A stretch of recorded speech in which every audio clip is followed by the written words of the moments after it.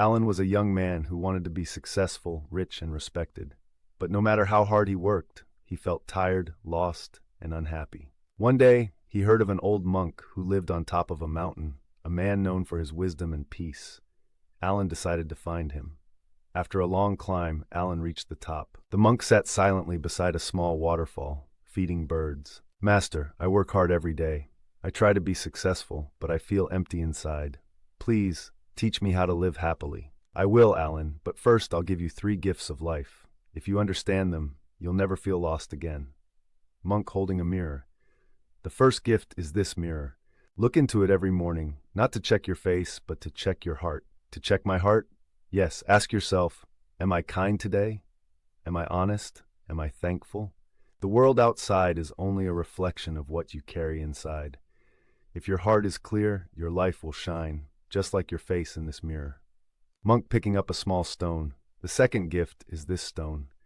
Life will sometimes throw stones at you. Criticism, failure, rejection. You can let them hurt you, or you can build a path with them. So, the same stone that breaks can also help me climb." "Exactly. Don't curse the stones. Use them to rise higher." Monk lighting a candle. "The third gift is this candle. It burns itself to give light to others.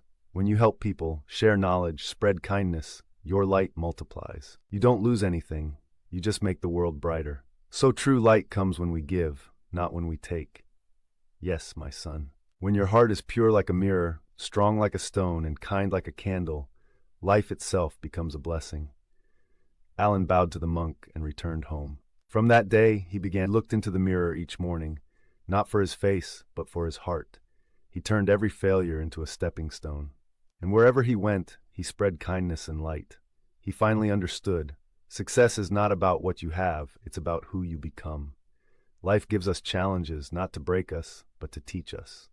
Be true like the mirror, be strong like the stone, be kind like the candle, and you will never walk in darkness again.